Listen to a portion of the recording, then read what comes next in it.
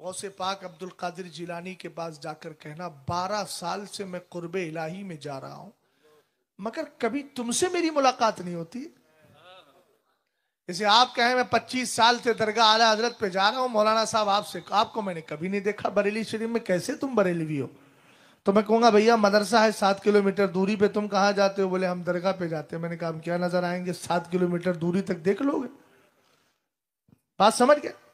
سیدی غوث پاک رضی اللہ تعالیٰ عنہ نے وہیں بیٹھے بیٹھے دیکھ لیا نظر تو الی بلاد اللہ جمعہ. غوث پاک تو دنیا کو ایسے دیکھتے ہیں جیسے ہاتھ کی ہتھیلی پر رائی کا دانہ. اب بھیا جن کو حضور کا علم غیب سمجھ میں نہیں آتا تو غوث پاک کیا سمجھ میں آئے؟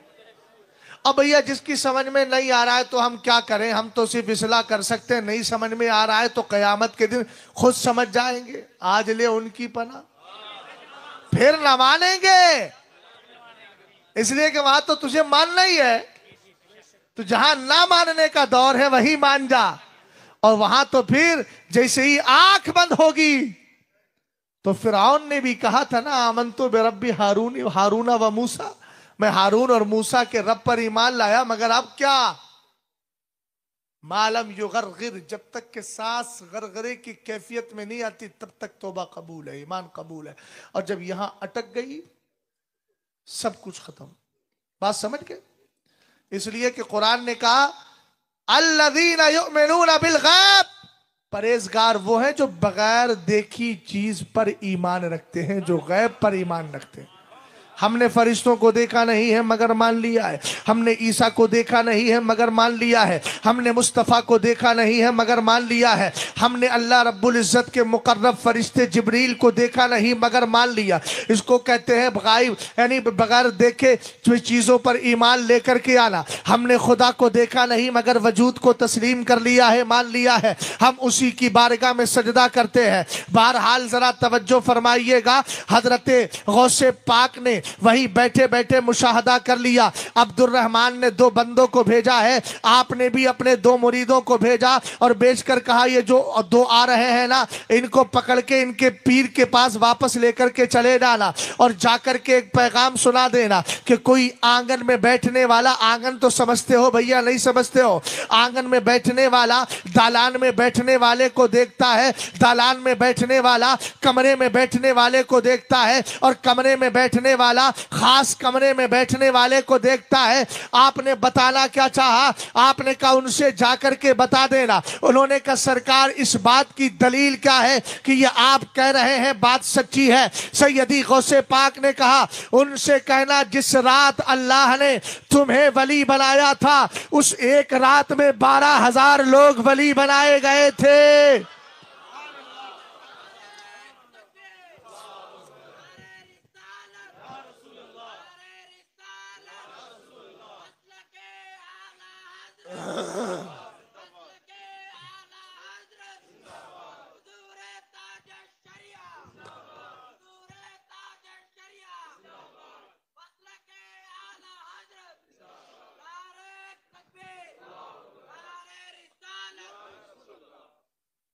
بات سمجھ گئے آپ؟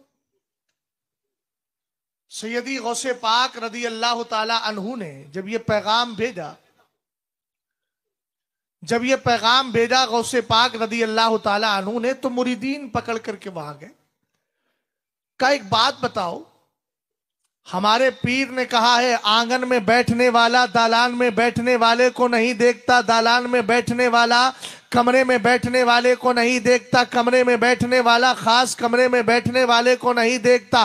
سیدی غوث پاک نے بتانا یہ چاہا کہ تمہیں بیٹھنے کے لیے صحن ملتا ہے اور مجھے بیٹھنے کے لیے خاص کمرہ ملا کرتا ہے. کہا دلیل کیا ہے؟ کہا جس رات اللہ نے تمہیں ولی بنایا تھا اس رات 12,000 لوگوں کو ولی بنایا گیا. اور عبد القادر جانتا ہے کہ تمہارے جوڑے کا رنگ بھی ہرا تھا اور سونے کے پانی سے اس پر سورہ اخلاص لکھی ہوئی تھی۔ جب عبد الرحمن تفسون جی نے اتنا مضبوط پروف دیکھا تو کہنے لگے لقد صدق الشیخ عبد القادر وہو سلطان الوقت، کہا عبد القادر سچ کہہ رہے ہیں، وہی آج کے دور میں ولیوں کے سردار ہے، میں ولیوں کا سردار نہیں ہوں، ولیوں کے سردار وہی ہے۔ اعلیٰ حضرت امام اہل سنت کہنے لگے سر بھلا کیا کوئی جانے کے ہے کیسا تیرا، اولیاء ملتے ہیں آنکھیں وہ ہے تلوا تیرا۔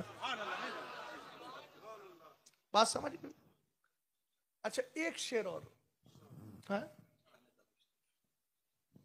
تاج الشریعہ علیہ الرحمت و رضوان کی شان تو بیان کر ہی رہے ہیں، لیکن تاج الشریعہ کا پیغام بیان کر دیتے ہیں، وہ بھی شان ہی ہے۔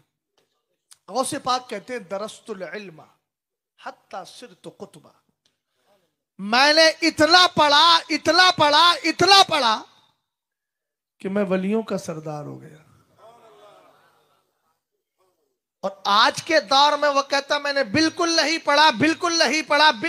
پڑھا پھر بھی فتویٰ دیتا ہوں۔ بات سمجھ گئے؟ چوراہوں پہ کھڑے ہو کے جنہوں نے کبھی بخاری کا چہرہ نہ دیکھا ان کو ایسا بخار آتا ہے فتویٰ دینے کا۔ یاد رکھو حضور سرکار علیہ السلام کی حدیث پاک ہے اجرؤکم علی الفتیا اجرؤکم علی النار، جو فتویٰ دینے میں جلدی کرتا ہے وہ جہنم میں سب سے زیادہ جرات کرنے والا ہے۔ اس کا مطلب جری ہے وہ، ارے بابا اگر مسئلہ مجھ سے متعلق ہے اور میں زندہ ہوں تو مجھ سے ڈائریکٹ پتہ کیجئے۔ اعلیٰ حضرت امام اہل سنت نے اشرف علی کے پاس خط بھی لکھے تھے اور 13 سال تک قاسم نانوتوی کو بھی سمجھایا تھا، 23 سال تک۔ بات سمجھ گئے نا؟ اور 1 سال تک خط و خطابت کا سلسلہ اشرف علی سے بھی جاری رہا۔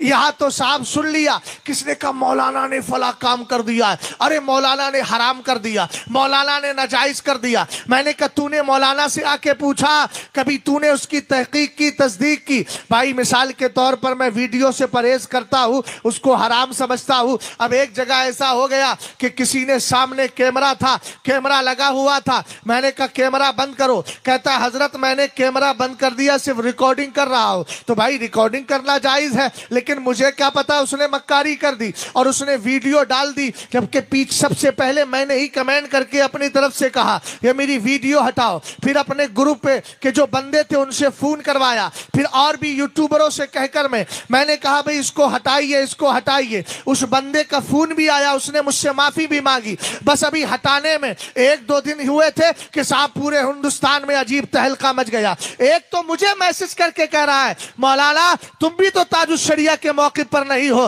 میں نے کہا تجھے شرم و حیا آتی ہے کہ نہیں آتی ہے؟ تو نے مجھ سے پوچھا کہ آخر حادثہ ہوا کیا ہے اور میں نے خود اس سے منع بھی کیا ہے۔ تو بھائی کم سے کم بدگمانیوں سے پہلے صاحب معاملہ سے آ کے پوچھ لیا کرو مسئلہ کیا ہے، کہیں ایسا نہ ہو۔ سرکار تو کہتے ہیں ظن المومنین خیرا، ایمان والے کے بارے میں اچھا گمان کرو۔ قرآن کہتا ہے یا ایھا الذین آمنوا اجتنبوا کثیرا من الظن ان بعض الظن اثم، ایمان والو زیادہ بدگمانی سے، گمان سے بچا کرو، اس لیے کہ کچھ گمان گناہ ہے۔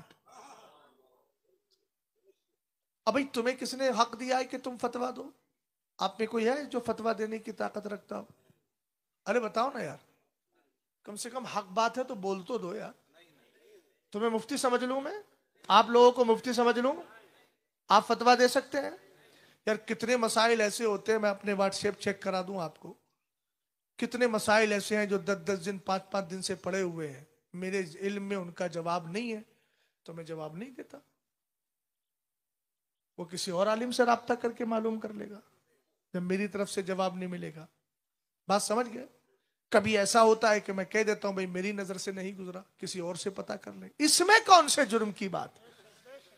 قرآن کہتا ہے وَلَا تَقْفُ مَا لَيْسَ لَكَ بِهِ عِلْم، جس کا علم نہیں ہے اس کے پیچھے مت پڑو۔ یہ 15ویں پاری کی آیت۔ سرکار تاج الشریعہ سے زیادہ قابل کون ہے؟ ایشیائی ممالک میں میرے مرشد کا جواب نہیں۔ سمجھ میں آئی بات آپ کے؟ سیدی غوث پاک اور سیدنا امام اعظم کے بارے میں پوچھا گیا ان میں افضل کون ہے؟ آپ نے فرمایا میری نظر سے یہ تفصیل نہیں گزری۔ ارے اس میں حیرت کی بات کیا ہے؟ یہ کہہ دینا کہ مجھے پتا نہیں، یہ بھی تو علم ہے۔ ارے سمجھے کہ نہیں سمجھے؟ حضرت امام اعظم سے زیادہ قابل کوئی ہے؟ ان کی عقل کو ایک پلے میں رکھو، دنیا کی عقلوں کو دوسرے ترازو دوسرے پلے میں رکھو، قسم خدا کی وہی پلہ بھاری ہوگا جس میں امام اعظم کی عقل ہے۔ مگر دنیا سے جاتے جاتے بھی 80 مسائل میں یہی کہہ کر گئے، ہائے لادری ہائے لادری، ہائے افسوس میں ان کا حکم نہیں جانتا، ہائے افسوس میں ان کا حکم نہیں جانتا۔ ہم نے کہا یاد رکھنا یاد رکھنا یاد رکھنا، جب سرکار علیہ السلام سے اللہ نے پوچھا تھا نا، آقا کریم فرماتے اتانی ربی فی احسن سورہ، ایک دن میرے نبی فجر کی نماز میں دیر ہو گئی، آقا کریم علیہ السلام نے رب تعالیٰ کا دیدار کیا۔ اللہ نے پوچھا فیما یختصم الملأ الاعلیٰ، اے میرے محبوب بتاؤ تو صحیح یہ فرشتے ملائے اعلیٰ کے کس چیز میں جھگڑ رہے ہیں؟ سرکار نے عرض کیا لا ادری، میں نہیں جانتا، تو بتائے گا میں جان لوں گا۔ سبحان اللہ۔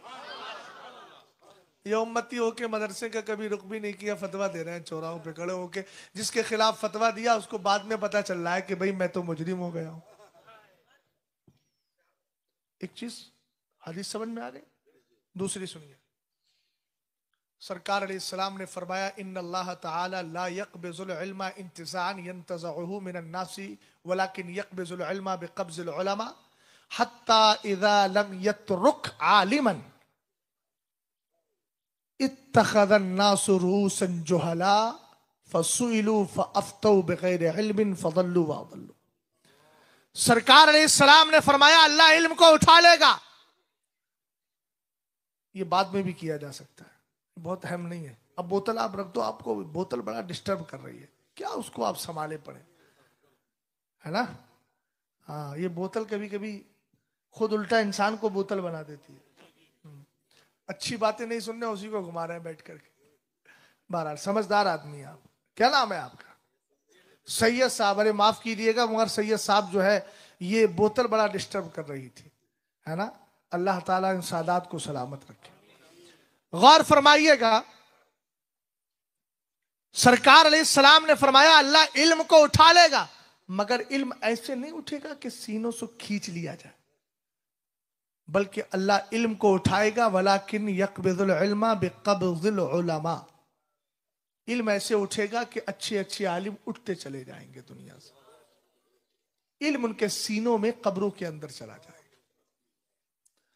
سرکار علیہ السلام فرماتے ہیں حتی اذا لم یترک عالما، جب اللہ کسی عالم کو نہیں چھوڑے گا نا، یعنی وہ عالم زمین پر ایسا نہیں رہے گا، تو لوگ پھر جاہلوں کو اپنا پیشوا بنا لیں گے، پھر ان سے مسئلے معلوم کریں گے۔ فَأَفْتَوْا بِغَيْرِ عِلْم، تو وہ بغیر علم کے فتوے دیں گے، نتیجہ کیا ہوگا؟ فَضَلُّوا وَأَضَلُّوا، خود بھی گمراہ ہوں گے اور جن کو فتوہ دیا ان کو بھی گمراہ کر دیں گے۔ اس لیے معلوم ہے لا ادری، بھئی میں نہیں جانتا، کسی عالم سے پتہ کر لیں۔ سبحان اللہ، یہ طریقہ ہے۔ ارے امام اعظم ابو حنیفہ سے زیادہ علم والا کون ہے؟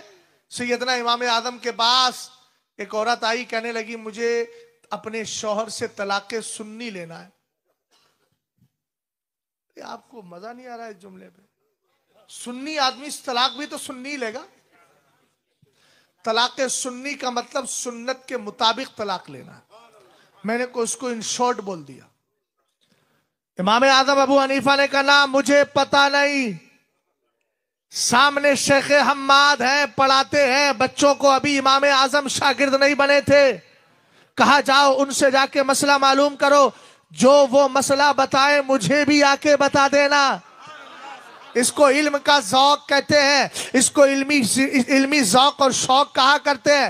یہاں تو بھیا آج کل کے دیکھو نا، مرزا انجینئر کو سن لیا، کوئی یونس الگہر، یار کم سے کم اتنا تو دیکھو، یہ منہ اور مسور کی دال، نہ چہرے اچھے ہیں نہ شکلیں اچھی ہیں، فرنچ داڑیاں ہیں، جو سر پہ ٹوپی ہے، پینٹ شرٹ پہنے ہوئے ہیں۔ اب دین سیکھنے کے لیے اتنے برے دن آ گئے کہ کسی سے بھی سیکھ لو گے۔ ابھی تو مسجدوں کے یہ پاکیزہ چہرے موجود ہیں، ابھی ان اماموں کے پاس جاؤ نا، بہار شریعت تمہارے گھر کی زینت ہے، فتاوی رضویہ تمہاری رہنمائی کے لیے کافی ہے، ابھی بریلی کا دارالفتہ زندہ ہے، ابھی ہندوستانی سنی دارالفتہ زندہ ہے۔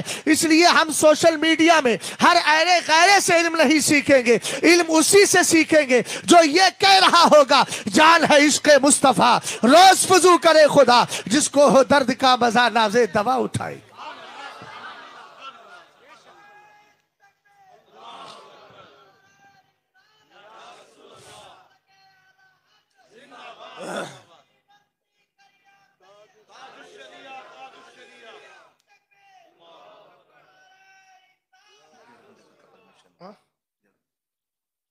ڈیڑھ منٹ ہو گیا، چلیے 15 منٹ اور ہے پھر اپنے پاس۔ غور فرمائے، سیدنا امام اعظم نے کہا جاؤ شیخ حماد سے جا کے مسئلہ پتا کرو۔ اس کو کہتے ہیں دیانت داری۔ نہیں مجھے تو مسئلہ بتانا ہی ہے، چاہے کیسے ہی بتاؤں۔ سمجھ میں آئی بات آپ کے؟ اس کو کہتے ہیں اجراؤکم علی الفتیہ اجراؤکم علی النار۔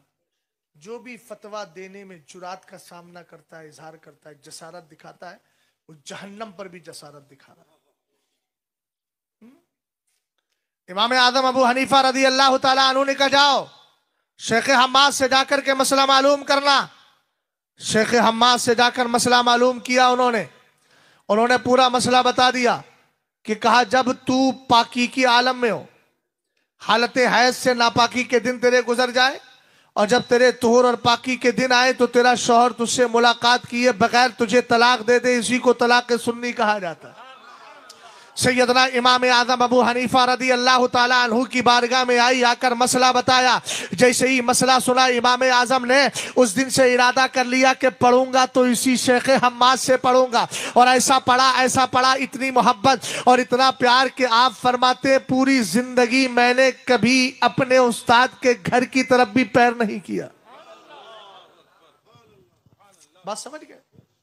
شیخ حماد نے، ارے سمجھے کہ نہیں سمجھے بھائی؟ تو فتوے ایسے نہ دیا کریں۔ مسئلہ معلوم نہیں ہے، علم والوں سے معلوم کرو۔ قرآن کہتا ہے فَاسْأَلُوا أَهْلَ الذِّكْرِ إِن كُنتُمْ لَا تَعْلَمُونَ۔ اگر علم نہیں ہے تو علم والوں سے پتہ کر لو۔ اس میں کون سی توہین جاتی ہے؟ شریعت کا معاملہ ہے۔ بہرحال بات چل رہی تھی حضرات اولیاء کی، بات چل رہی تھی سیدی غوث پاک کی۔ اب بھیا غوث کا معنی مغیث ہوتا ہے، مغیث کا معنی مدد کرنے والا۔ غوث مدد کرتے ہیں، انتقال کے بعد اللہ والوں سے مدد مانگی جا سکتی ہے؟ ارے بولو بھائی، مجھے تو یہ لگ رہا ہے کہ وصال آپ کا ہونے والا ہے۔ وصال کا مطلب ملاقات، ملنا۔ گھر والوں سے جا کے ملیں گے نا، ابا اماں سے، چچا دادا سے، یہ وہ وصال مراد ہے۔ زندہ ہیں آپ لوگ؟ زندہ ہیں؟ اچھا تو چیک کر کے دیکھتے ہیں۔